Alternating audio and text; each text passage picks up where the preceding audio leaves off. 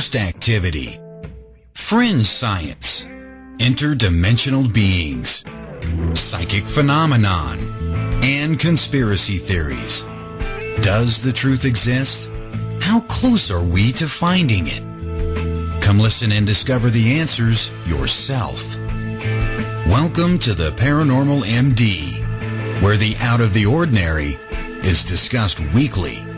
Join your host, Mary Marshall, and her guest as they inform, discuss, and entertain you. Mary welcomes your input during the program, so call in and let your opinions and voice be heard. Talk radio just got weirder, wiser, and more interesting. Now, here is your host of the Paranormal MD Radio Show, Mary Marshall. Good evening and welcome to the Paranormal MD. I'm Mary Marshall, your host, and it is my pleasure to be here with you tonight. Thanks for joining me here on the Unexplained channel at 24.7 The Stream. The guest for this evening, who will be joining us in a little bit on this broadcast, also happen to be sponsors of this show. They are Larry and Stacie Overman, who are the owner and operators of Haunted Mind TV. The mine that they own was the mine was featured on Ghost Mine television show. It is the Crescent Mine. However, they are now back better than ever with their own production company and hauntedmindtv.com. So we'll learn more about the mine, their plans, and what's going on there.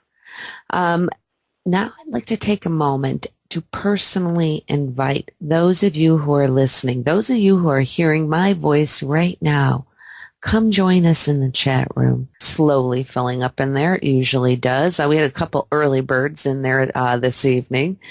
And it is just a really great place for everybody to congregate together and just chat about what's going on with the show. And this way you can make comments and or you can pose your questions in the chat room. So if you're kind of shy or just don't like calling into a radio show, then go to the chat room.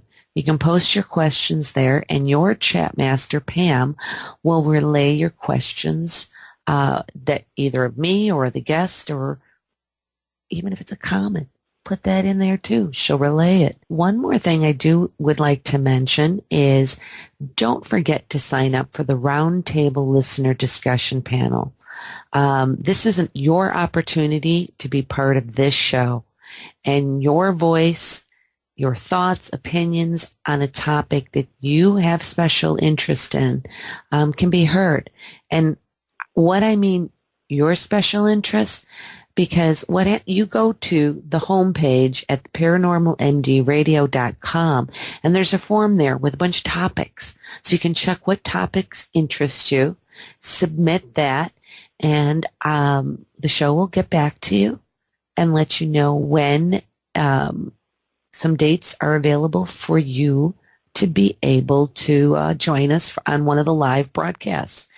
Now, the next roundtable discussion panel is scheduled to air live on July 31st.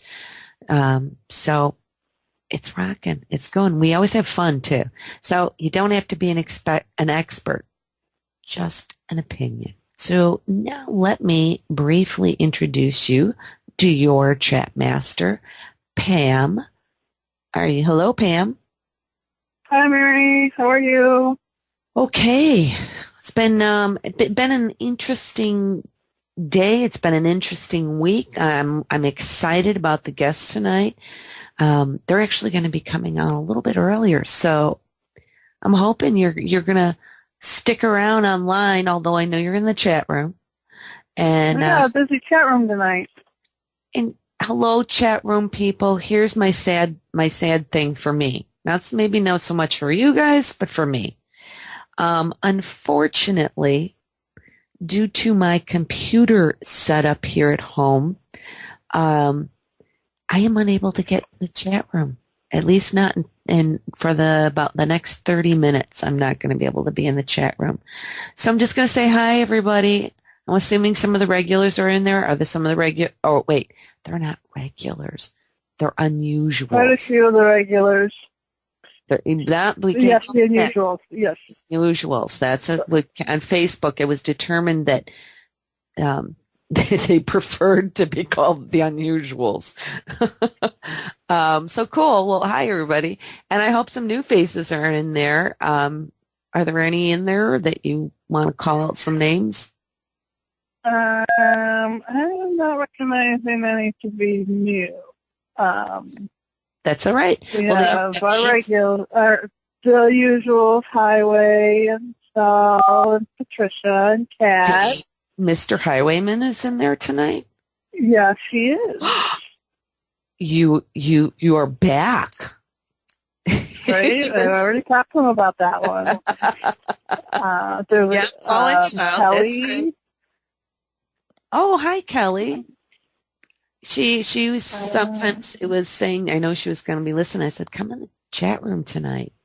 So that's cool. She's new, right? I don't remember her name.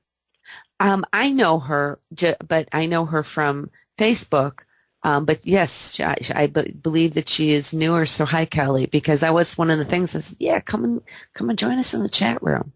You know, I mean, that way you get, because it is, right? Everybody gets to kind of know each other in there, and you start seeing these friendships that are blossoming out and going off on their own. But from this commonality. Formed some very nice friendships through the chat room. And I don't want to leave out Barry and Chip, some of our unusuals that are in there with us tonight. Yes, this is true. Yeah. And a little bit later, I'm going to be putting them to work. You are? Yeah, sort of. Well, we're going to do a little bit later, because we're reverse it. A lot of times we do this at the beginning of the show, but we're going to do it a little bit later in the second half. Some weird world news and what you didn't know. And there's a couple things in there that I would like their opinions on. It's, I want them to be commenting on it and see what they have to think about it. So that's the work part. It's easy. It's not like I'm putting them on the spot or anything. Okay. I wouldn't do that. Because I'm not sure they're up to being put on the spot tonight, although a couple of them are in their usual form, so they might. What does that mean, usual form? Hello and welcome back to the Paranormal MD. We had a little blip there, but we're back. We're good. And what is really exciting is well, Pam, are you there? I am here. Okay, good. All right. Sorry about that. I'm not sure if they're hearing you on air. A couple of people in the chat room are saying that they've got dead air, which normally would be good, except for a paranormal show. But hello, and welcome back to Paranormal MD. I have been joined by our guests, Larry and Stacie Overman. Hello, and welcome to the Paranormal MD. Well, thank you for having us. It is really exciting to have you here with us because I get so many questions for you, and it's very cool. I like, you guys have been sponsors here of the show, and it's nice to kind of catch up and see what is all going on. There's a lot going on, let me tell you. I'm running around like a chicken with my head cut off. Well, I guess, but all in good ways, right? It does, and we've got some. We did an amazing stream last night on UFOs, and we did a stream the night before that, and we did an investigation over by the Death Bridge. And tonight we've got a whistleblower from Skunk Works. Just amazing stuff going on Tesla Wolf Media. Well, okay, I'm going to kind of back this up so some of the people are, got a lot of background noise. If some of the people so they can understand, you own the Crescent Mine, correct? Mm-hmm. And you left your I got to ask this. You left your job after 18 years in the oil field. Yep. Was your plan of finding, gold already in place? Meaning, did you purchase the mine before you left your job, or was this all after the fact? I purchased it about 6 months before I left. And when I turned in my notice, because I knew it was going to take that company a long time to replace me, because there wasn't a lot of people I had that were familiar with the software that we used. So I said, you guys are going to need some time. I'm going to have to train them how to do this. And they never did anything. We get down to like the 4 days before I'm gone, I'm getting a call from our vice president saying, "You're really going gold mining?" And I about tipped over. I said, "Yes." I said, "I told y'all 6 months ago this was coming up. Oh, what are we going to do? So ultimately, for a long time, they kept me on retainer just to be available for phone calls after, for, 2 years. Wow. I mean, so it had to be really, that's a very brave thing to do. How much beforehand did you know about the operations of mining and all that? Oh, picking up a gold pan when you're about 13 years old, and that was about it. The rest of it is, the way I usually do everything is a school of hard knocks. Learn as you go, right? Mm-hmm. And I'm sure you did. Now, did you know, when did the whole filming and the haunted part and all that enter into it? I mean, did you know when you were getting this mine that this was a haunted mine? I didn't know anything about the hauntings until 2 years after I had it. And the first year, I always felt like there was something there where I was like, oh, it's just the newness, it's right. an unfamiliar area. I just kind of chalked it up to that. And during the summer of 2011, getting towards the end there, a lot of really unusual things was going on. The guys were like saying, man, yeah, they're here. I can hear them working. They're, this, that, and the other. Just a whole lot of stories going on. And at first, I'm chalking it up. Yeah, whatever. You guys are just drinking a little too much around the campfire and heat. But I had gone in there with one of the guys, and we both heard the same thing. And he's like, "We got to get out of here." And we actually had that on film. Discovery Channel had hired a crew at the end of that summer to come out and film to see if it was to be something Discovery would want to do. And ultimately they passed because they had just committed to Bering Sea gold, and they were like, "Well, we've got 2 gold shows. We really don't think we need another one." And now they got 4 or 5. So it was kind of funny. And I was like, whatever. I'm not doing this for TV. And that was the summer that I met Stacie as well, was summer of 2011. That's very cool. So you guys you had this, but you've been going, you went through this journey kind of together, and that's kind of nice to start things out that way. Yeah, I bought it a year, almost 2 years before, about a year and a half before we met, I guess. And had I known her, had we been together prior to that, I probably would have never had it. She is a very conservative, financially conservative individual, and she would have been like, "Well, what's the details? Give me this, give me that." And I'm the kind of guy, I like to shoot from the hip, and I'll take a chance, And right now I've taken one incredible chance, and I think it's coming around. Good. Yeah, because that's, well, you know what? You guys can create a nice balance for each other on that too, because if you're like that, you kind of do need somebody to pull in the reins occasionally, make you think twice, and, likewise. She does that. And likewise, you can be like, "Come on, honey, this is good. I'm telling you." Yeah. We have our moments just like any married couple does. But at the end of the day, if it wasn't for Stacie and my daughter, they're the ones that keep me grounded. Even though it doesn't appear that they do sometimes, they really do, because they do cause me to stop and think. And we'll be driving down the road, and they're like, "Well, let's have a conversation." Well, when I'm driving down the road, that's when I'm pondering all those thoughts that they've shared with me throughout the previous couple of days. Yeah. And it had to be, now if you had met her now, how difficult and taxing was this in trying to start a new relationship with all this craziness going on with the mine starting up and the crew and the haunting, and at that point in time, the other television show that it was on, how did you even manage all of that? I'll put in my 2 cents on it, and then I'll let Stacie add into that. It is a challenge. We are both very strong personality people. We're both A-type personalities, and yes, so yeah, I'll let her fill in the blanks on that because it does have its challenges.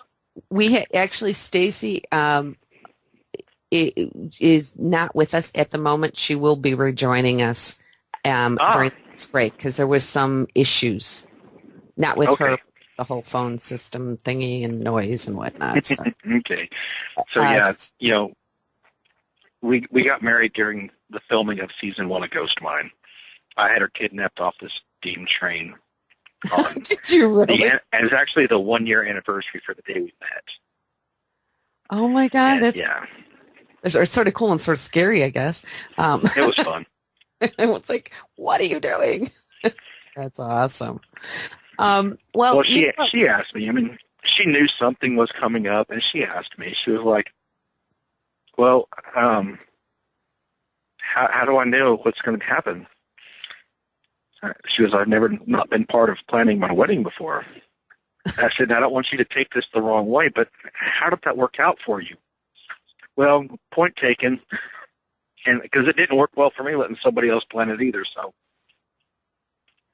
yeah, third time's a charm for both of us. That's what they say. That's what they say. You know what? When Stacie comes back on a little bit, we can kind of go back to this a little bit. Right now, some of the things I can ask you about is what happened with the original show, Ghost Mine, because a lot of people loved this whole mine idea, which had not been done, and it was fascinating. I mean, I watched it. It was fascinating to watch, how you have to handle things differently in there. Absolutely. Is great film crew, great cast. Everybody up there worked really, really hard. And when you look at the business of television as a whole, the bottom line boils down to when Comcast bought NBC Universal, which is Sci-Fi's parent company, they look at the numbers. Which one's profitable, which one has the highest profit margin, and the ones that are below this line, cut them. It wasn't the only show that they cut. That's business, and it was sad, and I wish that they had continued on in another direction, but ultimately they didn't. And with the influx of emails that came in, well, how are we going to ever know what's going on at the Crescent Mine? That's kind of what spurred this next generation. Yeah, and now, too, with this time around, you're actually mining for something different than gold. What are you mining for in the Crescent now? We are actually going to be mining for several rare earth elements. And we have some things that we have to get approval and get things done before we can even get that far. There's a lot of legwork that's going on in front of it. Okay. That's just crazy. So, truth about it is, I'm not sure if I'm going to get any rock moves this year or not. But we're trying like heck. We have a lot of safety inspections to go through, and we're not going to start until everything that we can possibly get in compliance is in compliance. And at the end of the day, these men and girls that are coming up are personal friends of mine and have been for a long time. And I have to know that each one of my friends are going to go back to their families. Really? So now everybody, because you've got a whole new crew, so you know all of these people personally? I do, and I've known a lot of them for years. A couple of them are part of my original crew that was up there with me in 2011 when I opened it up. Or 2010, excuse me. Okay, so now they were there, and then where did the other the original crew come from? Didn't you assemble them too, or were they somewhat brought? So my original crew, which consisted of Devin, Wade, and Keith. Devin and Wade came with me out of Texas, and we met Keith after we got to Sumter. Those three guys were with me in 2010. Okay. When 2011 rolled around, they had other things going on and I didn't ask them, and they had too many things going on that were good for their families, so I just didn't ask them, and I brought up another crew that was kind of piecemeal together. Good guys, but I didn't know any of them very well at all. And those were the guys that tramped out. Really? Yeah. Okay. So now, tell me about, now you've got like a new head of security, Big Al, and as Big Al would say, 370 pounds of twisted steel and sex appeal. That's his words. That's nice. That's good. So now everybody has, I'm sure, besides their jobs in the mine. Now, some of them, like, isn't it? Who you have also added in now a psychic medium, correct? Yes. I don't believe that I need a paranormal investigator. That is why we're doing a interactive reality show that streams all the time. As soon as we're up on the mountain, that'll be rolling all the time. We're doing a lot of things to entertain our subscribers between now and then. We've done some pay-per-view events with our subscribers, get into those pay-per-view events free. We do a nightly broadcast from the house giving updates. We've done some investigations with some other crews. So we do things to entertain the subscribers until we can get up there. I was up at the mine about a week ago, and there's still too much snow. Okay, so now there isn't a paranormal investigator, but you do have a psychic medium there, Yep. which is interesting because I think that's really useful in other ways. Because a lot of times what happens is, you get pieces of evidence, but like, what does it mean? Who's it? So it's going to be, I'm very intrigued to find out what her impressions of what is or who is actually there that's not from our side, Yep. And what's going on with that. And so they're going to just film, and so what we're going to have see streamed is what is going on in the mind at all times, and then if something happens, we'll be watching it live as it's happening. Exactly. Now, will people be able to go back and see stuff that wasn't live? But let's say they weren't looking and something phenomenal happens. Yes, and the archives that are there, there'll be an archive. It'll be cataloged every day. And there'll be the archives are in 3-hour chunks. So they'll be able to go back and watch and pause and replay and have those controls on all the archives. Okay, that's cool. Yeah, because that's really nice to be able to see that, and because if you miss something. And so is this why you then formed your Tesla Wolf Media? So Tesla Wolf Media is a group of individuals. It's not just me. Tesla Wolf has got a lot of other things going on besides just the Crescent Mine. As we speak, I'm down here at Alpha Studios for Ground Zero tonight, and we're going to be streaming the entire 5-hour show of Ground Zero live as part of a pay-per-view event that we have a Skunkworks whistleblower, and we'll have several angles and several cameras coming in to that feed. So Tesla Wolf Media is much bigger than just the mine. Oh, that's good. That's cool. But is that how, that you joined into that and you can keep going with it all? Yeah. I know I need to ask this because people are going to ask me. What is your impression as to the activity that has already been witnessed and or documented there? Have you yourself experienced some things in that line? I have. I've experienced, you can hear voices and you can hear men working. Much beyond that, I question heavily. As far as growls, I've never heard a growl. I was always very skeptical of that footage. There's diesel engines that start up. People start up air compressors. People start up generators. My diesel truck itself is very loud. And so the way the when sound... you have a growl, that sound travels through the rock. Okay. So I've never bought into the growls at all. So you don't think that is it fair to say then that in general you don't think that there's anything negative there?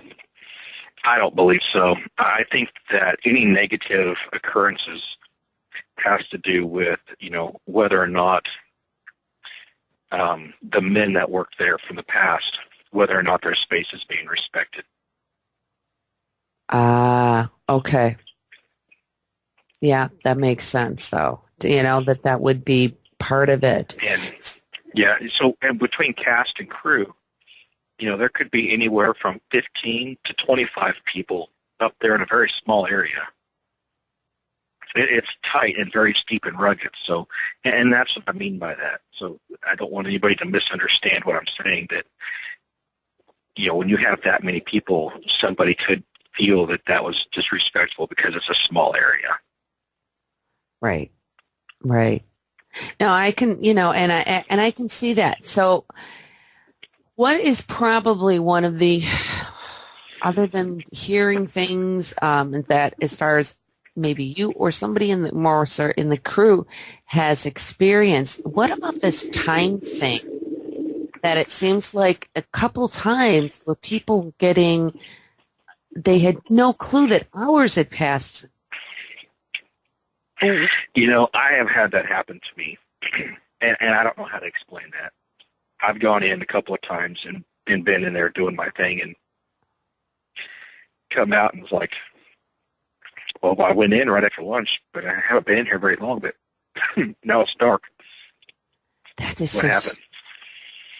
And, that's not something that happens very commonly. And so it really does make you question, is this some sort of porn? And we're hoping Sarah can paint that picture. Part of the reason why I decided to go with a psychic medium is because I care more about what happened there historically. And she is there to paint that picture of the past. Yeah. And if we understand the past, then we can move into the future a lot easier. Yeah. Now, and where did you find Sarah from? Was she brought to you? So somebody, again, that you knew? Or? A friend of ours from back east in Wisconsin, I believe, with No Boundaries Entertainment, introduced us. And so obviously, has she worked, and let me ask this, has she worked on any type of televised thing or internet stream? How do you describe that now? It's streaming, but we're streaming in high definition. Right. So historically, you look at streams and they're really choppy and, look really bad. What we have and what we're doing, it's as fluid as your television. Really? That's awesome, because then you can see things really clearly. Now, when you get things with the thing, are you going to have, you just going to have the cameras in there? Are there going to be any additional audio or anything running? Yes, we're going to be putting audio in. We're also going to put in humidity and temperature sensors. And we're putting up, Oregon Scientific is one of our sponsors, and we have professional series weather stations that we're going to have up there as well, because it's our intent to spend the winter up there. Now, depending on what happens between now and then, and if we're able to go to work, that, of course, is that factor of, is it going to be worth staying up there all winter if we're still trying to get certain permits done and everything else? Yeah. I wanted to, I apologize, and I just want to throw this out there to people if you're in the chat room, because right now I'm having an issue connecting to that and or getting your questions. So I apologize. I will hopefully get this straightened out very shortly. But there is, just like you said, with these solar flares, they're running storms, they're running havoc all over. I just got a note here that there's East Coast is having all kinds of issues. And so if anybody's listening to us out there, thank you for trying and keep trying to listen on the East Coast. Yep. That's crazy. In fact, I think it was CNN that mentioned it just not too long ago that there was going to be major issues with these solar bursts. Yeah. And it's happened. It's happened before where we have had problems. And then you find out that it's not the only person who's trying to use, with the internet or something and trying to stream a radio show. Thing. Again, going back to the mind, what is a particular story that sticks out in your mind that either, maybe it was even relayed or you later saw, if it was part of previously televised or not? I would say the one that sticks out the most in my mind is one that Stacie and I experienced together. And we were going up. We were a couple hours ahead of some guests that were going to meet us up there. And we walk in. It was her first time in. And she was like, "Oh, they're here." I was like, "Huh?" She goes, "Well, can't you hear that?" I said, "Those are the miners from the past." And she's like, "No, we're supposed to meet them. They're here." I said, "Okay." So we walked all the way outside, and there's nobody there. And that's when she was a believer. That was the moment where she was like, "Yes, it is haunted." Wow. So that's one of those moments that really sticks out to me. Yeah. If it lands up where it's affecting like that, that's something. So much. And you never, before this, had you ever experienced anything paranormal before the Crescent Mountain? Not really. It's not that anything that just really jumps out at me and says, "Oh yes," But, yeah. You have dreams and experiences as a kid, but nothing that really etches itself in stone for me. And I also would like to say, I don't want anybody to think that I would consider myself a paranormal investigator. That's not my job. That's not what I do. I think it's interesting going along, but that's other people's skill set, not mine. Right. No, that makes sense because, you're providing the mind. That's the important part. So, we do have a question. Sure. It's kindly relayed to me by Stephen. Thank you. Which is from Marcellus that asked, "Are you happy with how the mine and its paranormal activity was portrayed on TV?" No. How so? Why? So I sent them over, the producers over, a copy of the 30 CFR, which is MSHA's Mining Regulation Handbook, and all the safety rules and regulations. And when you show something that is not real, that involves safety, or somebody says something that never happened that involves safety, that upsets me. Really? So that's all I can say. Yeah, I understand that. And it only happened a couple of times, but they still did it anyway. Interesting. Yeah, because that's one of the things you have to worry about is all the legalities or whatnot for that too, for the whole making sure procedures are followed and safety and so on and so forth. Exactly. Because there was some cave-ins and things too. Now that does happen in general, correct? I mean, not normally. And the Crescent Mine has never had a cave-in since it's been reopened in 2010. Really? So, well, I recall watching, maybe it wasn't a cave-in, it was the exterior collapsing, and You see, that's just strange stuff too. Now that we're like it appeared that it went back and things were all moved and what they had just opened was now closed. Mine is fine.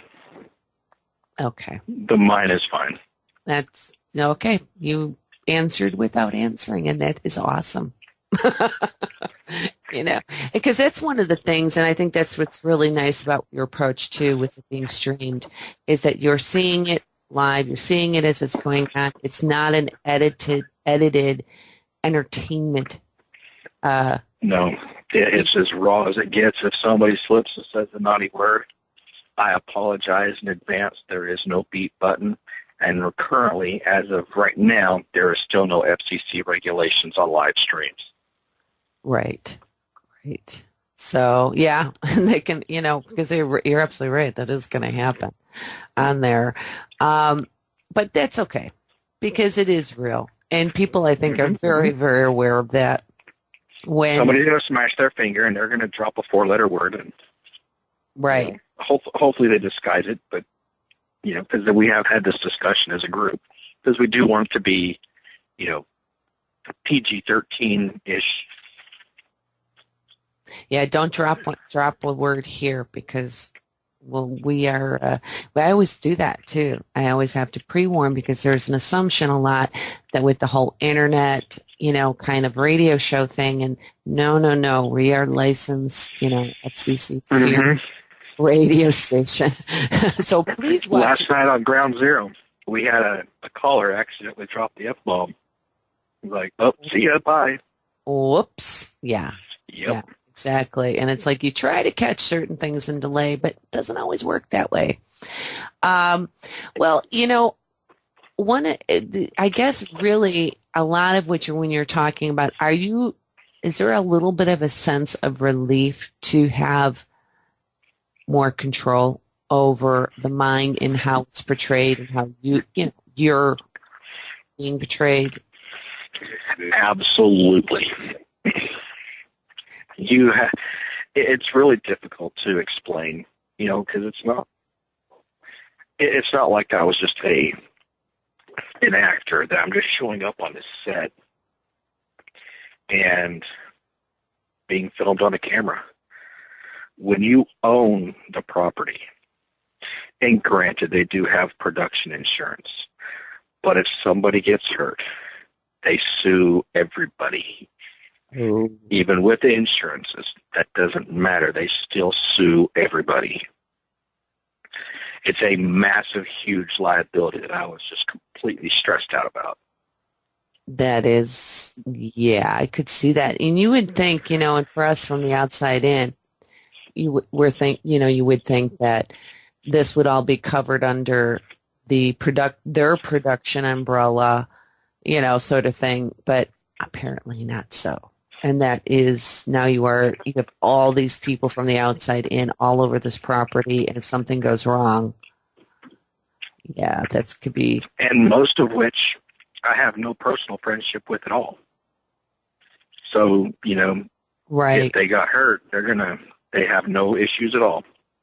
Right. Well, Larry, I know you've got to get going because you've got a whole show ahead of you. I want to thank you so much for coming on and sharing some stories and information with us. I really appreciate it. And you're very welcome. And Love your show. Oh, thank you. And I wish you the best of luck. I will certainly be tuning in and checking out the stream and following your progress. And good luck to you. Please do. It should be amazing. We got 2 amazing nights ahead of us. So absolutely, TeslaWolfMedia.com. Be sure to check it out. We got 2 amazing nights, and next week is just going to be just as crazy. Absolutely. And I am going to let you go, and I will also inform our listeners when we come back from our break more about where they can find that information. So you have a good night. Absolutely. You too, and be sure to grab Stacie. I know she's still around somewhere. Okay. All right, you have a good night. All right, good night. Bye-bye. And you are listening to the Paranormal MD. We are now going to be taking a break. Stay tuned. We'll be right back.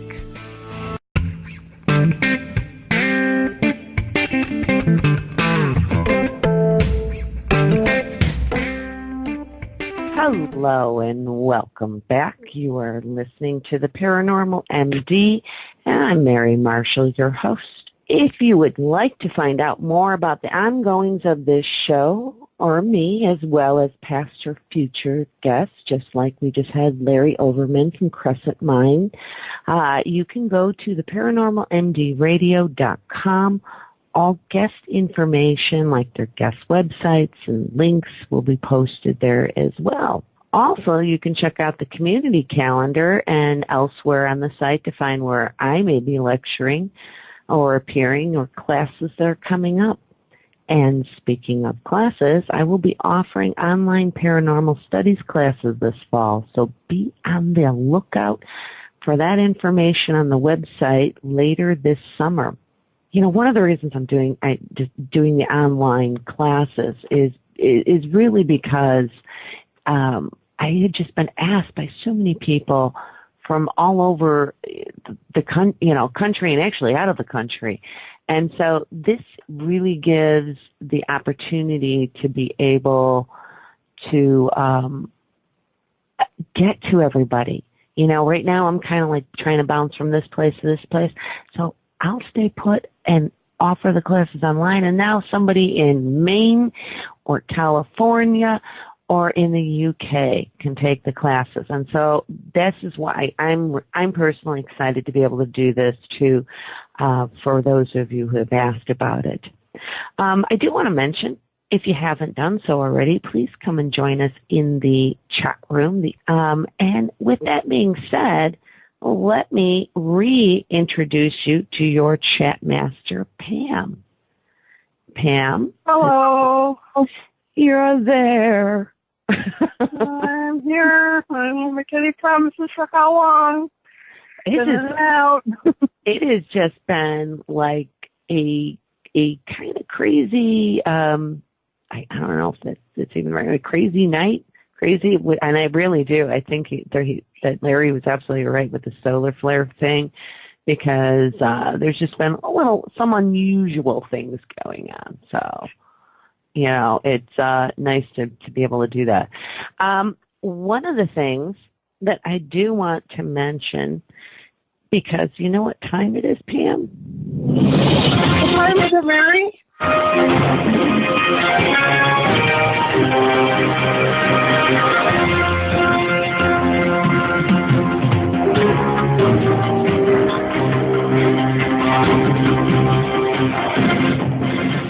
That's right. It's time for Weird World News. And what you didn't know. I don't know a lot, so this could go on forever, but there's a lot I don't know, so okay. This first one, I can just imagine in the chat room with the things that are going to come from this, and again, unfortunately, I can get your questions now because I was able to get them from Pam, but I cannot see into the chat room at the moment. It's just been a goofy night. Maybe in a few more minutes I'll be able to get in there. Who knows? But I'm going to lead off with this story because I like my weird stories. I'm going to be careful about this one. It was just so weird. Okay, because it's just weird. This one was from the Daily Post in the UK. And the headline reads, "Woman who had sex with dolphin during lab experiments speaks out for the first time." Woman who had sex with a dolphin during lab experiments speaks out for the first time. Margaret Howe Lovett tried to teach Peter the dolphin. Peter the dolphin. Do this with a straight face. I can't. I'm just like, oh my gosh. Peter the dolphin, how to speak English. But the relationship progressed to a whole new level. During the swinging 60s, animal researcher Margaret Howe Lovett was part of a NASA-funded experiment on the U.S. Virgin Islands to teach the intelligent creatures how to speak English. In 1963, she helped turn a house into a domestic dolpharium, that's what they're calling it, by flooding it with knee-deep water while researchers could study the animals from their home. It was there she met Peter, an adolescent dolphin she described as sexually coming of age. Okay, this is just so wrong on so many levels. Margaret said, Peter liked to be with me. I can't even, it's not that this is anything wrong. I mean, it's not like, but it's just, it is wrong, but it's not like, okay. He would rub himself on my knee and foot and hand, and she allowed this. It wasn't uncomfortable. In the beginning, I would put him on the elevator. I guess there's a dolphin elevator, and would say, you go play with the girls for a day. It just became easier to incorporate that and let it happen. It was very precious and gentle. Peter was right there. He knew I was right there. So Margaret claims that this became part of her regular studies as she tried to teach Peter to speak English. She added, it was sexual on his part. It was not sexual on mine. Sensuous, perhaps.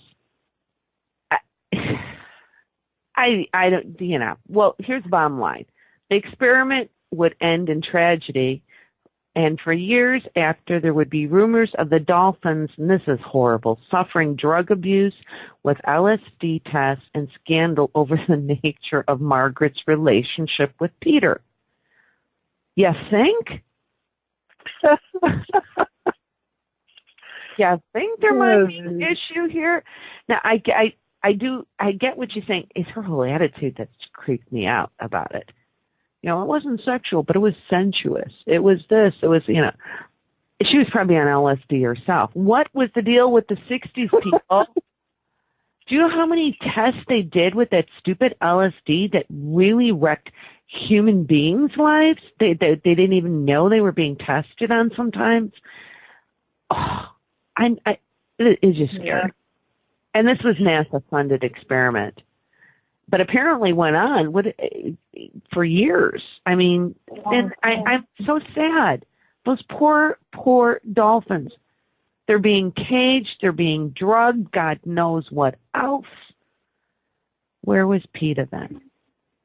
I don't know. That's all I got to say about that story. Yeah. How about a little story about Black Knight satellite? That would be great. Kind of change the tone here. Turn the table here. The Black Knight satellite is transmitting signals. Tesla knew and NASA knows. It's a 13,000-year-old orbiting satellite. And the authors claim that there was connection between long-delayed echoes and reports that Nikola Tesla picked up the repeating radio signal in 1899, which he believed was coming from space.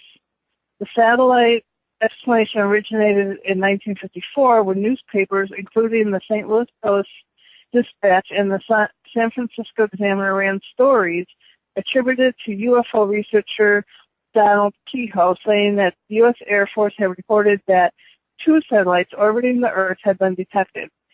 At this time, no man-made satellites had been launched. In February of 1960, there was further report that the U.S. Navy had detected a dark, tumbling object in an orbit inclined at 79 degrees from the equator with an orbital period of 104.5 minutes. In 1973, there was a Scottish writer, Duncan Lunan, analyzed the data from the Norwegian radio researchers, coming to the conclusion that they produced a star chart pointing the way to Epsilon Bovis, a double star in the constellation of, I'm not sure if I'm pronouncing that right. Lunan's hypothesis was that these signals were being transmitted from a 12,600-year-old object located at one of Earth's Lagrangian, I'm not sure how to pronounce that either, Lagrangian points. The object photographed in 1998 during the STS-88 mission has been widely claimed to be this alien artifact. People analyzing these pictures have claimed that it could be the Paco spacecraft, supposed Mayan spacecraft written about by Eric von Daniken. The Black Knight, also known as the Black Knight Satellite, is an alleged object orbiting Earth in near-polar orbit that ufologists and fringe authors believe is approximately 13,000 years old and of extraterrestrial origin. Wow. So that's pretty cool. 13,000 years old? Well, again, I don't know what to think about it, because part of me, I just posed this in the chat room too. I'm like, what do you guys think about this? Because now Tesla, and that's interesting with the radio signal, that's in 1899. Because if he's, where the heck, not even including any of the rest of it, where the heck is he getting? You know what? I just realized as I'm talking about this story, because the things kind of tonight, we need to take another break. We need to take we do. We need to take a top of the hour break. So everybody just stay tuned and smile, because you're awesome. We'll be right back.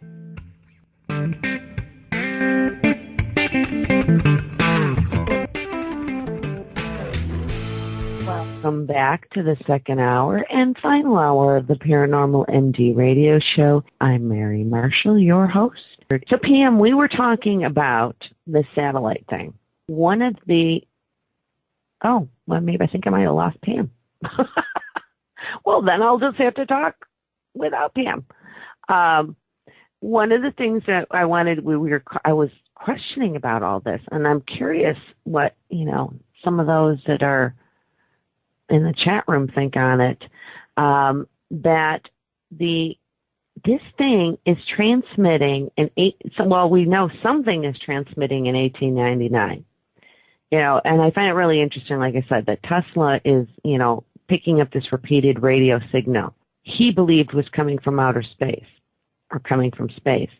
What's interesting to me about this is the fact that with, I apologize for stuttering here like this. With multitasking, not always my strength, is that there couldn't have been anything. There just simply couldn't have. Now this, even in 54, when they're saying, or later on in the 60s, things are starting to go and get out, and right, it could have been something else. In 1899, there was nothing else. So that starts the strangeness of this story. Yeah. I know, it just is just a very unusual thing. But I don't know. Let's see what we got going on here. I don't know. All right. Well, what I'm going to do is I'm going to move on to the next story because apparently the sun is just not being very cooperative with us this evening. It made me lose my Pam. Anyway, here's the story. Fact or fiction? Mammoths can be brought back from extinction. So the question here is de-extinction a real possibility? Well, in a petri dish in the bowels of Harvard Medical School, scientists have tweaked 3 genes from the cells of an Asian elephant that helps control the production of hemoglobin. Okay, I don't want to get into the whole thing with that, but it says Asian elephants are closer to woolly mammoths than either is to the African elephants, yet quite different in appearance and temperature range. So this George Church from Harvard geneticist, where it says, we're not trying to make an exact copy of a mammoth, but rather a cold-resistant elephant. So with the new and fast-advancing techniques of genome editing that are allowed for what is allowed of it for scientists to engineer cold-resistant traits and so forth, characteristics of the woolly mammoth, it starts bringing into question, to my mind, before I even continue with the story, of how morally, I guess, issue can we get into here? When you start getting into editing, and here's why. Scientists have found mammoth cells preserved in permafrost.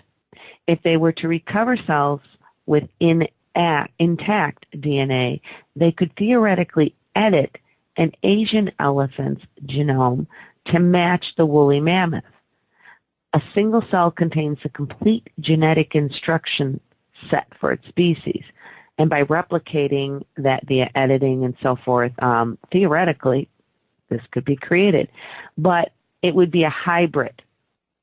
So in other words, again, it goes back to, is de-extinction really possible? The answer is yes.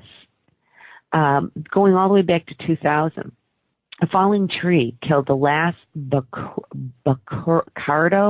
which is a wild Iberian ibex kind of thing, kind of like a goat-like animal. Her name was Celia, and on July 30th, 2003, Celia's clone was born. To make the clone, scientists removed the nucleus of a cell from Celia's intact and inserted it into the unfertilized egg of another kind of ibex or ibex. Then transferred that resulting embryo to the womb of a living goat. Nearly a year later, they delivered a clone by cutting her from her mother. Although she was lived for only like 7 minutes due to a lung defect, it proved that not only is de-extinction real, it has already happened. So this new technique is not confined to just resurrecting extinct species. Yeast, tobacco, rice, wheat, rats, rabbits, frogs, fruit flies are just a few of the 20 or so organisms to have their genes altered this way to date. So such genome editing could also be used to add much-needed genetic diversity back into species with precariously small populations, such as the cheetah. So they can, widen the gene pool there and help them to survive. So ultimately, given the primary focus of genetic advances, the easiest species to resurrect would not be the recently vanished passenger pigeon or the mammoth. It would be the Neanderthal. There appears to be just slightly more than 30,000 genetic mutations that differentiate us from them, and Homo sapiens is the complicated organism best understood by human geneticists. But resurrecting an extinct hominid opens a new dimension to the ethical concerns around this scientific potential.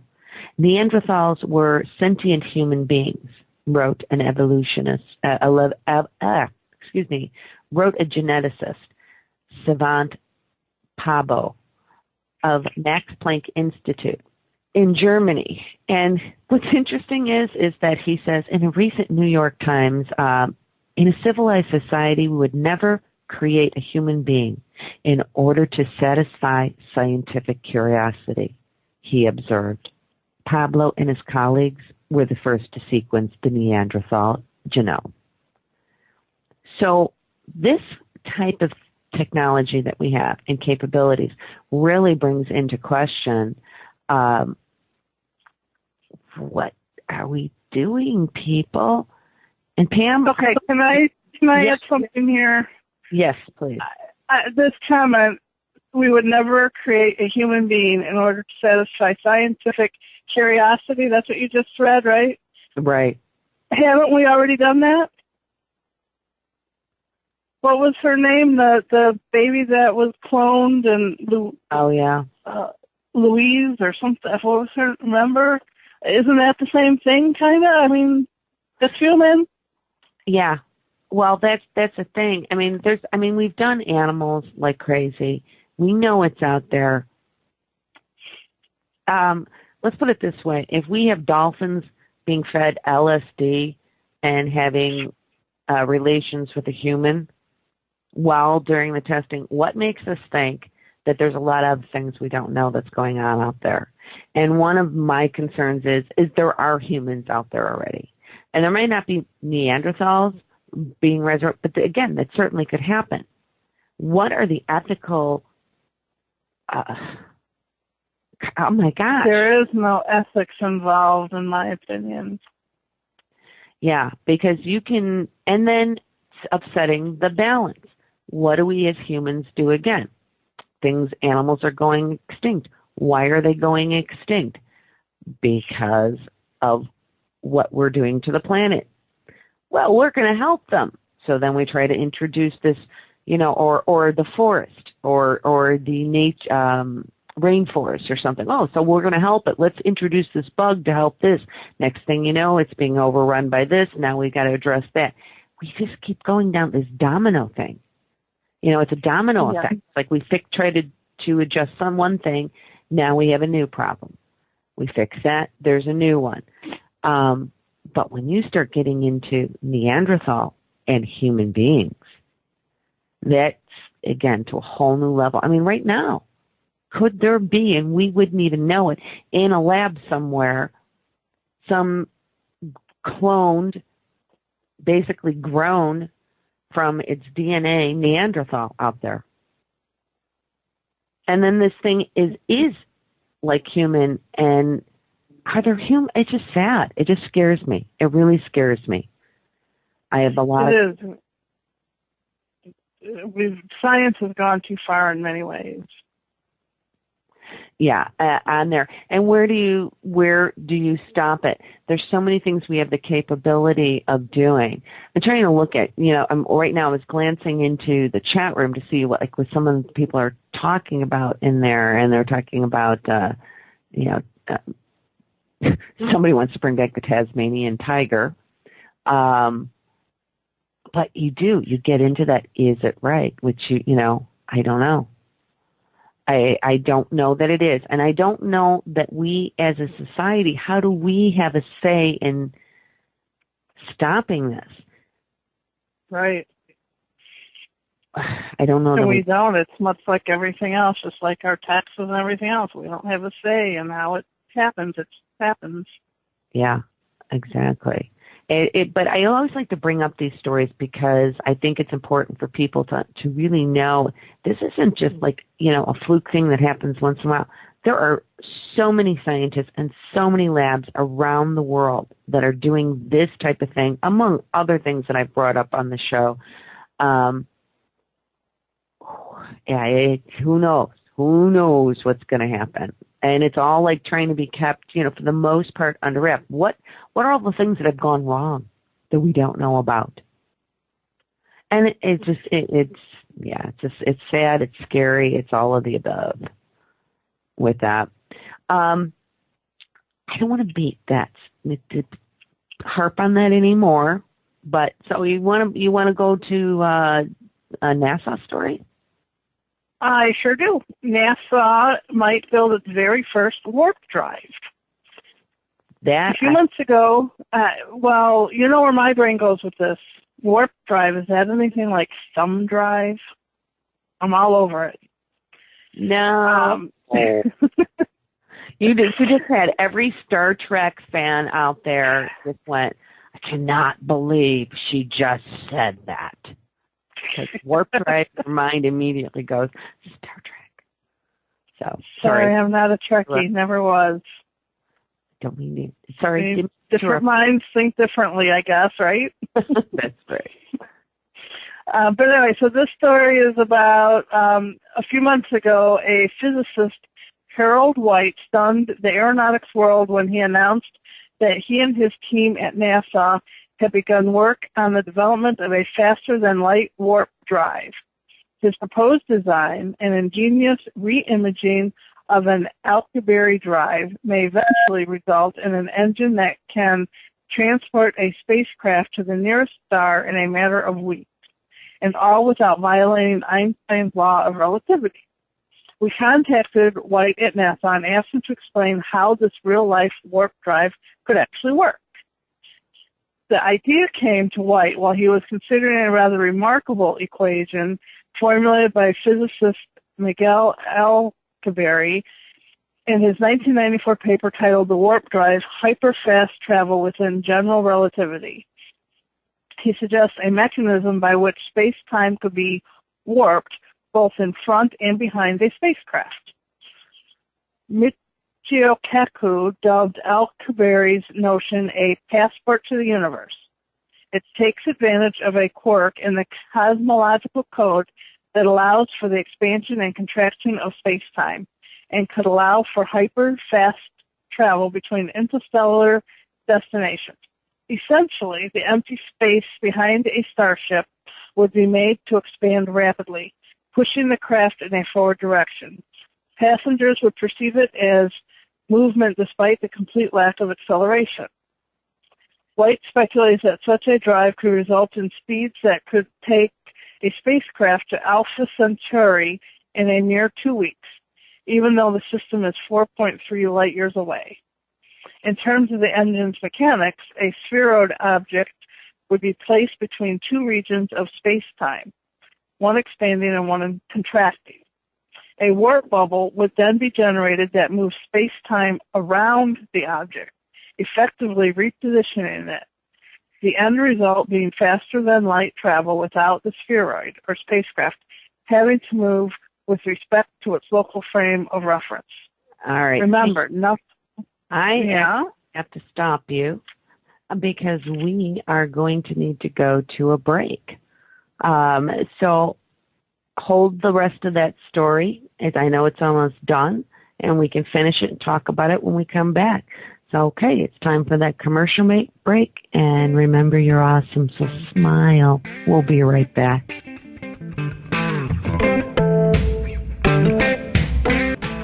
Good evening and welcome back. Thanks for joining me tonight.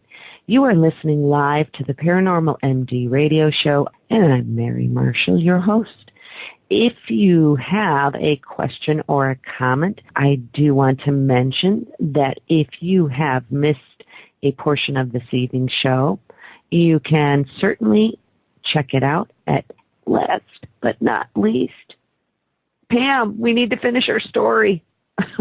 We do. Stop right in the middle. Is this like a wormhole that we're creating here? No. One of the things, I mean, I find interesting is when they're talking about this warp bubble, it's sort of like when we're talking about light, and they have found that when looking out into space that some of the light, just like what's going on there, it's actually bending around something, and this is how they're trying to find, like with dark matter and dark energy and things like that, and that's how that came about. This is interesting. I'll let you finish the story. I was going to go off my own little tangent, but I'm going to let you finish the story. Okay. So in terms of the engine's mechanics, the spheroid object would be placed between two regions of space-time, one expanding and one contracting. A warp bubble would then be generated that moves space-time around the object, effectively repositioning it. The end result being faster than light travel without the spheroid or spacecraft having to move with respect to its local frame of reference. So remember, nothing locally exceeds the speed of light, but space can expand and contract at any speed. However, space-time is really stiff, so to create the expansion and contraction effect in a useful manner in order for us to reach interstellar destinations in reasonable time periods would require a lot of energy. And indeed, early assessments published in the ensuing scientific literature suggested horrific amounts of energy, basically equal to the mass energy of the planet Jupiter. As a result, the idea was brushed aside as being far too impractical, even though nature allowed for a warp drive. It looked like we would never be able to build one ourselves. However, said White, based on the analysis I did the last 18 months, there may be hope. The key, he says, may be in altering the geometry of the warp drive itself. So a new design. In October of last year, White was preparing for a talk he was to give for the kickoff of the 100-year Starship project in Orlando, Florida. As he was pulling together his overview on space warp, he performed a sensitivity analysis for the field equations more out of curiosity than anything else. My early results suggested I discovered something that was in the math all along, perhaps making the idea plausible. He presented the results of his El-Kabiri Drive rethink a year later at the 100-year Starship Conference in Atlanta, where he highlighted his new optimization approaches, a new design that could significantly reduce the amount of exotic matter required. And in fact, White says that the warp drive could be powered by a mass that's even less than that of the Voyager 1 spacecraft. That's a significant change in calculations, to say the least. The reduction in mass from a Jupiter-sized planet to an object that weighs a mere 1,600 pounds has completely reset White's sense of plausibility, and NASA's.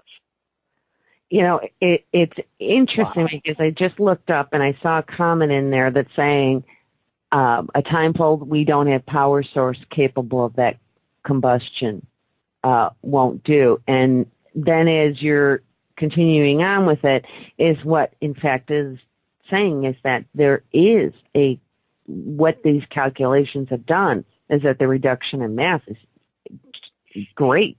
I mean, you're down to something that is plausible now. I don't think this is going to be something that is going to, happen like in the next 10 years. But as they continue to work on this, and with this theories, and the more we learn as time goes forward for us, I'm sure that it is possible. Because it's a concept. Yeah, because the bottom line is it's old. We cannot go, faster than the speed of light, and that's the problem. People go, we just can't do it. But what they're doing is they're doing some bending here as far as how they're moving it. And there's been this thing about this ebb and tide or ebb and flow kind of thing that's been going on with space anyway, and talking about that kind of thing.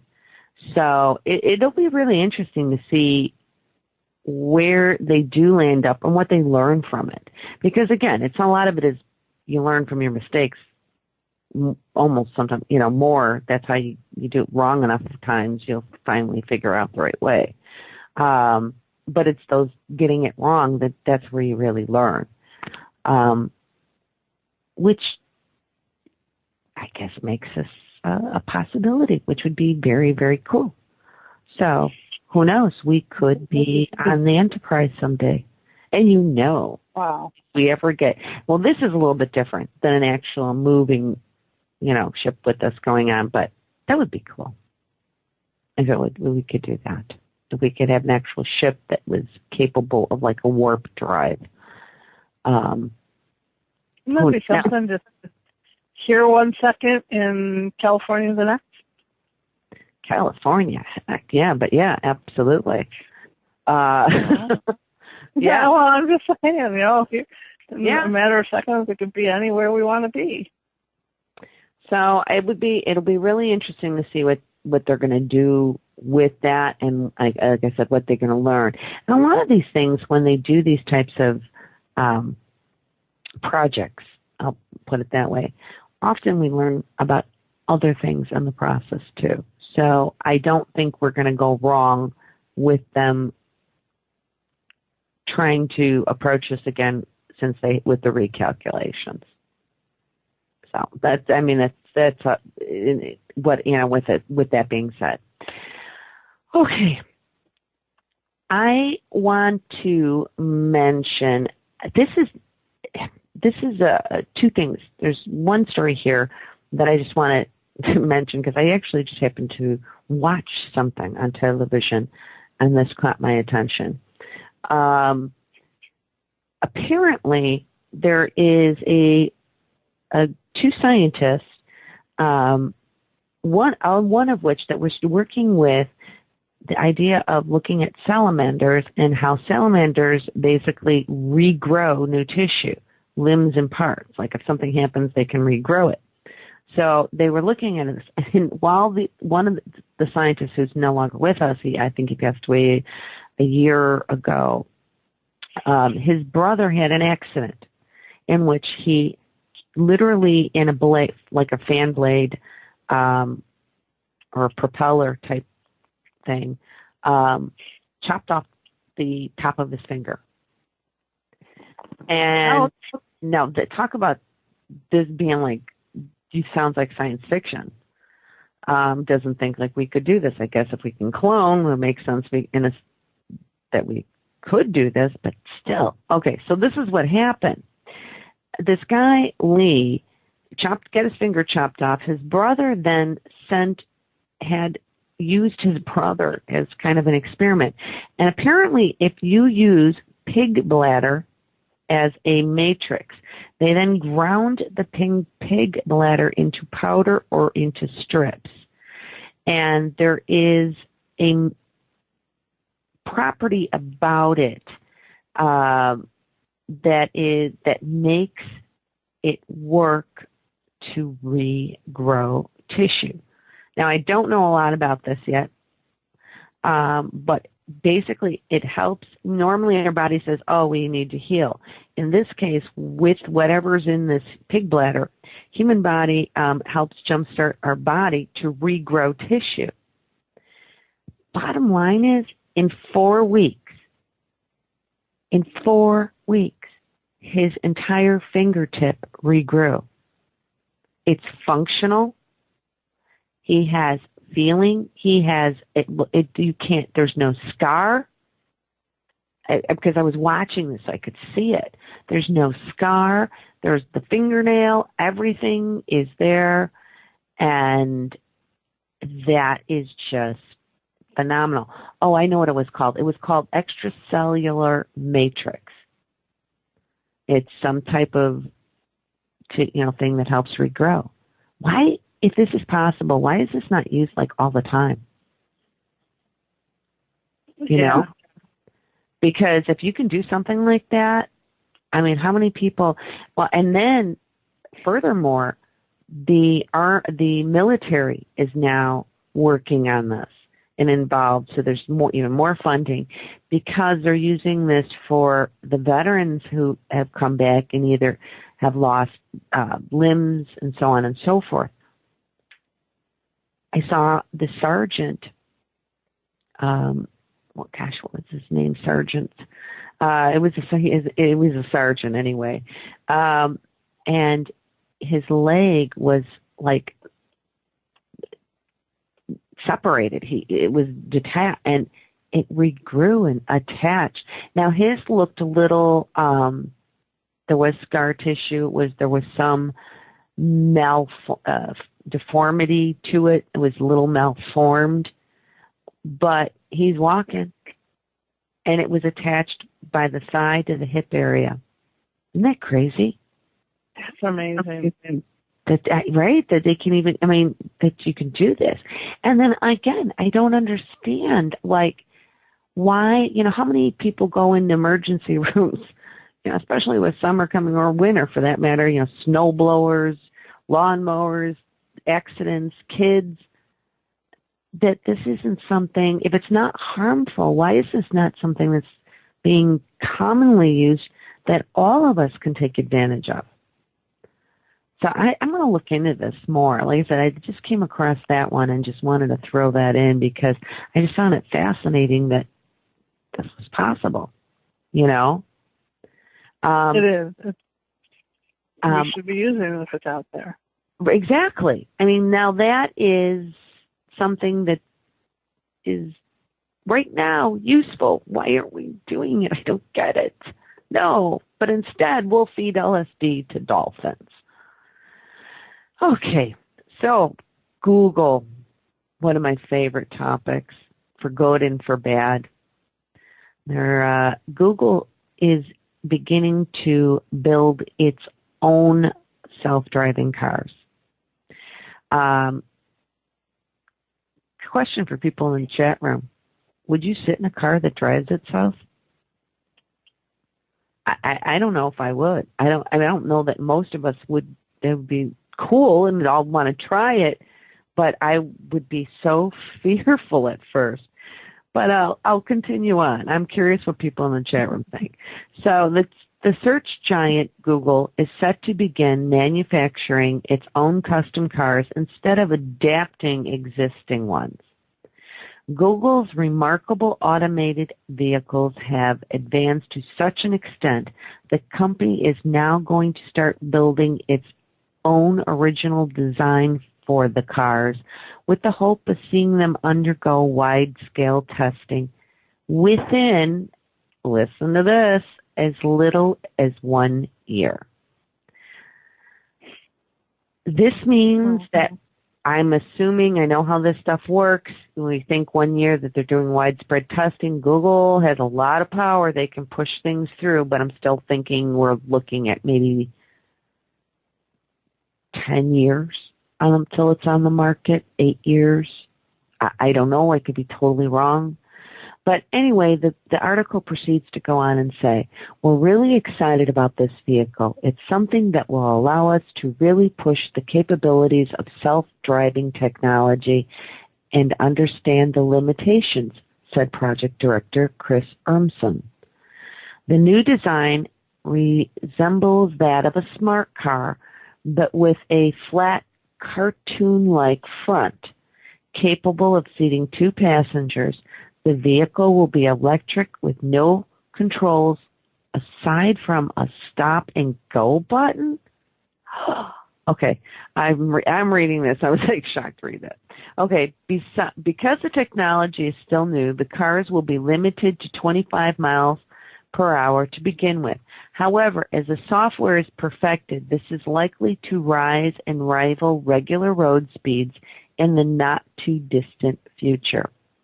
The vehicle's designers also believe that by eliminating driver error, the technology will go a long way towards revolutionizing road safety for everyone.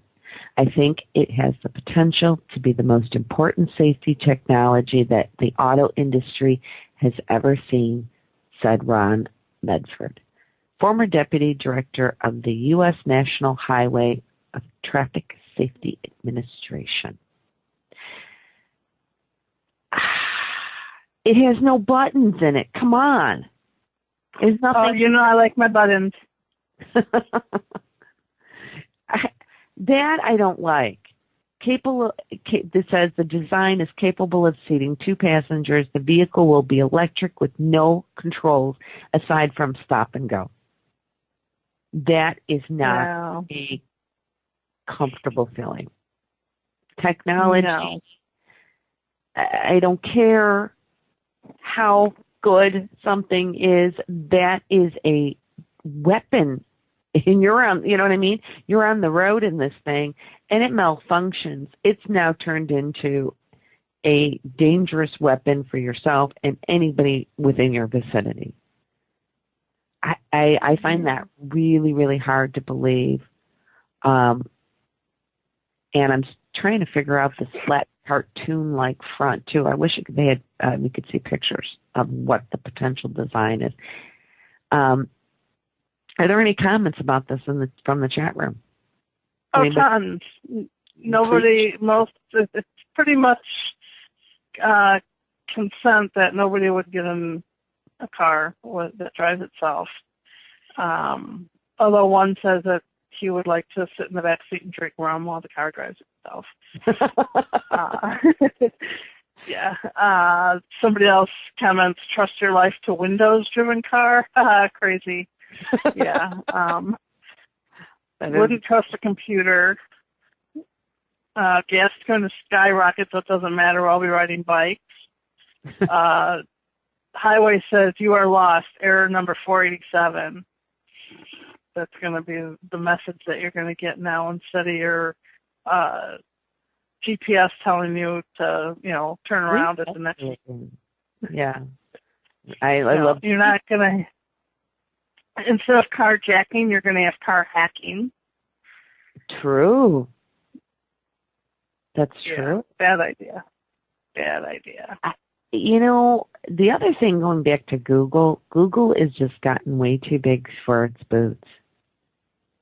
They are at the forefront and in control and connected to so much in so many technological industries. I can't even imagine the power they would have to get certain, in government. Here's some more money for you. The old, you scratch my back, I'll scratch yours kind of thing. Yeah.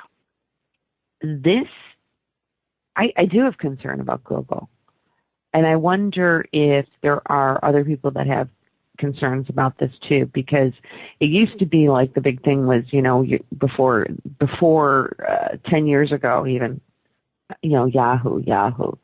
And nobody really thinks about Yahoo anymore except as possibly a news feed. Google, on the other hand, is involved in everything. So that's kind of weird, though. Not too distant future. So we're almost there already. They already advertise cars that park themselves. I don't know that I don't think, are they on the market?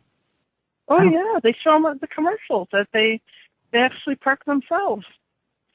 Parallel parking that nobody likes to do. These cars supposedly will park between cars.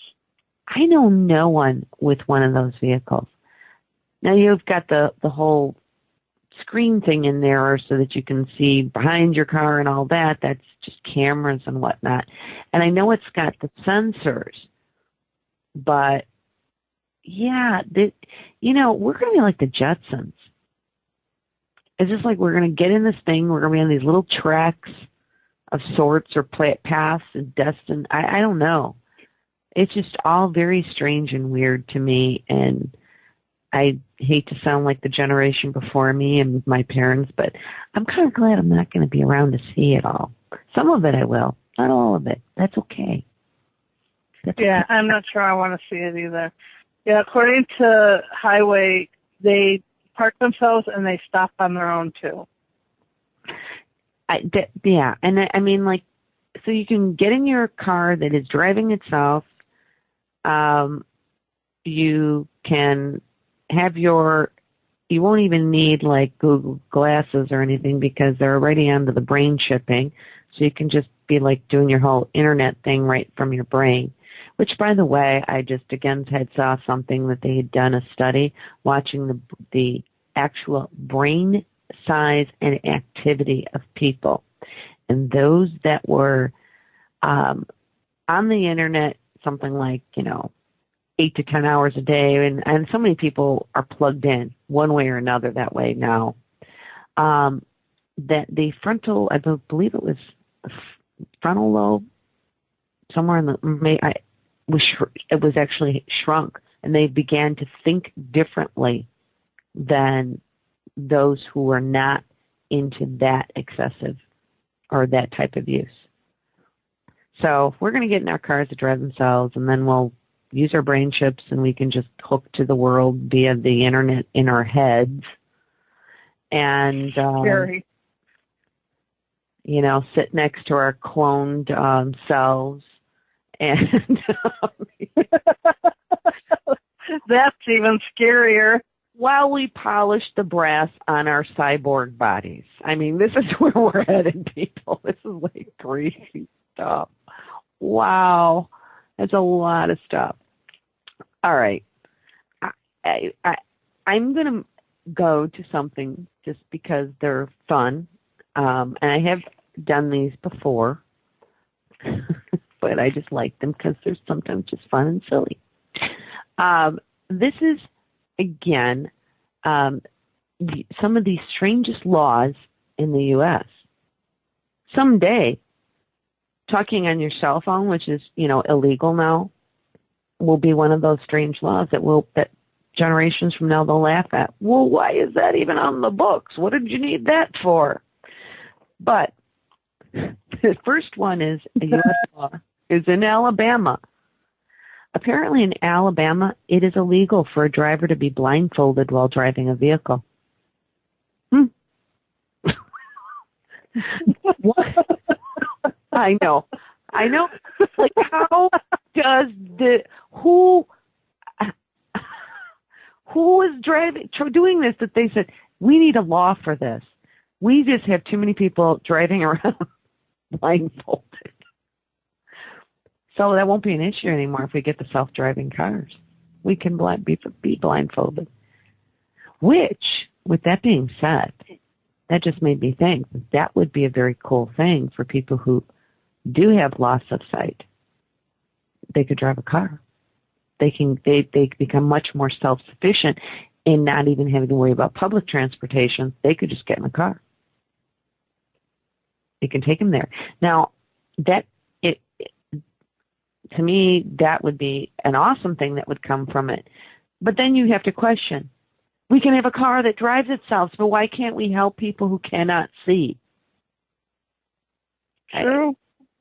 Where's the money going here? Something's not right. Well, okay. It's going to the dolphins. It's going to the dolphins. The LSD, because, you need a lot of LSD to hop up those dolphins. I am not, in case somebody's tuning in, we are not suggesting this is good. This was part of the story, and it's bad, bad, bad, and we don't like it. I just thought I'd add that. Because could you imagine somebody tuning in and they'd be like, what? I have this Mary Marshall on the Paranormal MD. What is she talking about? Yeah, it got to be with the conversation from the beginning, or you could be totally lost. Yeah. So here's another law. In Ohio, it is against state law to get a fish drunk.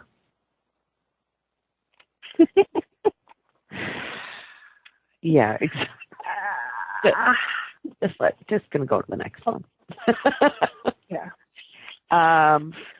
In Florida, unmarried women who parachute on Sundays can be jailed. Yep, that's what I said. I don't know. I really want to go. I want to go through books myself. I want to go through the law books myself. I want to find all these insane, laws on the books. Why? In Vermont, women must obtain written permission from their husbands to wear false teeth. Don't even want to know.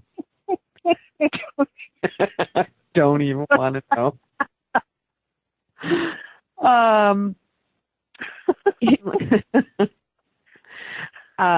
In Ames, Iowa, it is still illegal for men to have 3 sips of beer while they are in bed with their wives. I'm maybe going to have an entire bottle. They just can't have 3 sips. I don't know what that means, but yeah, I guess they can't do that while they're in bed with their wives. In Maryland, it is still illegal for radio stations. Okay, I'm sorry, I got to repeat this. In Maryland, it is still illegal for radio stations to play Randy Newman's song, Short People. I don't know if you remember. Yes. Okay, it's illegal in Maryland. What about, and the only thing I have to say about this is, what about freedom of speech and creativity as part of that? I mean, not, okay. In Oklahoma, it is still illegal to make faces at a dog, a crime that could result in a prison sentence. What? And what dog's going to report you? Can you see it now? The dog is going to go up to the top. That person just made I want to make a dog arrest. That person just made a face at me. Really? I'm assuming that people acting like idiots, that they sometimes do, probably because they've had 3 sips of beer from their wife who was parachuting illegally on a Sunday, but probably trying to do something, antagonize the dog. So maybe that is it. But again, why wouldn't you just say it is illegal to antagonize a dog? A crime that, because it could upset the dog, and it could possibly hurt other people around it or something like that. I don't know. It's strange. Yeah. In Texas, I'm doing a lot of sighing tonight, aren't I? A lot of the going out there. In Texas, what? What were you going to say? No, some of these actually deserve a And again, going back to one of these earlier ones, how do you know a fish is drunk? Like I suppose, what do they do? Like put the fish in you can't put it in just vodka or something because that would probably kill it right away. So I mean that you could put some in the water and what is it start, swimming upside down. I don't know. Just see. I don't understand. How would you know? And it seems to me that this would be something that would be in a lake. I don't know either. Okay. In Texas, criminals are still required to give their victims at least 24 hours oral or written notice, giving details of the crime they are about to commit. This seems like this would be put on there just so they have one extra thing to slap on a charge to somebody. So on top of the crime you just committed, the fact that you did not give 24 hours oral or written notice to your victim, you are now going to get an extra 3 months on top of that. That's got to be something like that, because otherwise that's just crazy. Unless you're in living in a world like Minority Report or something. In Washington, it is still an offense to pretend that you have rich parents. To pretend? It's an offense. I guess you can get a fine or something if my parents are loaded. They have a ton of and we are spending how much in our tax dollars trying to do, right? Trying right. with getting these laws and bills passed that become law on things like... Well, and they say ignorance is no excuse for the law. Really? How are you supposed to know some of these laws? Well, in Zion, Illinois, we should know this. Now, we know this. Anybody in my area in Illinois, apparently, which is up north from me, but in Zion, it is still illegal to offer cigars to your pet. Good thing we didn't do that when we were up there last month. Yeah, so just make sure. Yeah, if we don't want to be offering cigars, I don't know. Maybe it's okay to give them, offer them a cigarette. I don't know. You can get them started on that bad habit, but don't go for the cigars. Yeah, well, you have a question in the chat room. Can a drunken fish imprint voices on audio during an investigation? At this rate, I nothing would surprise me. Between the weird stories we've had earlier and where technology is at and the strange laws, I don't put anything past it. Drunken fish leave an EVP. Well, it could be. There are, this one should be illegal. In Minnesota, apparently it is still illegal for a man who has garlic and onions or sardines on his breath to have sex with his wife. That should be illegal. And how is this being policed exactly? Well, is it your job to go around and check everybody's bedroom if they're about to have sex and make sure that he doesn't have the smell on it? Drones. Seriously, where do these come from? It's going to happen. All the drones, the ones that are the size of little hummingbirds, are going to be up at people's windows spying in, and we're just going to start receiving fines for offenses that will be taken directly out of our earnings or something crazy like that. And so they can just, I think there was a movie like that where it was really kind of an awful movie. I remember Sylvester Stallone was in it. And Sandra Bullock, I think, really old one. But they're walking down the street, and he just came back into this newer time, and now there are all these like ticket machines, if you will, and there's cameras and audio, and as he's walking, swearing was not allowed. So if you'd swear, that you would like keep getting these fines, or if you'd do something else wrong, and it would just keep clocking all these fines and knew it to you and something like that. Maybe that's where we're headed. The drones are going to keep track of us all. That and our Google ceiling phones, our ceiling connections to the world, we literally will have zero privacy. Yeah, it's going to be, I think, very, very strange times ahead. It would be kind of cool to go in the future and see. Marcellus is saying your movie is Demolition Man. See, that's pretty sad you even know that, Marcellus. Just saying, because that was a bad movie. But thank you. Actually, I don't know if that was that bad. It's just really old. Well, never saw it. Yeah. And based on that review, I never will. What? I said, and based on that review, I probably never will. And there really is no need to. Well, we're nearing the end of the show here. So I want to take this time to remind the listeners that you can be part of this radio show too. If you go to the homepage at theparanormalmdradio.com to sign up to be a guest at the roundtable discussion panel that makes you part of the show. These special listener appreciation shows is your opportunity to be part of the show. You don't have to be an expert. I'm just looking for people with opinions. It's just a discussion, not a lecture.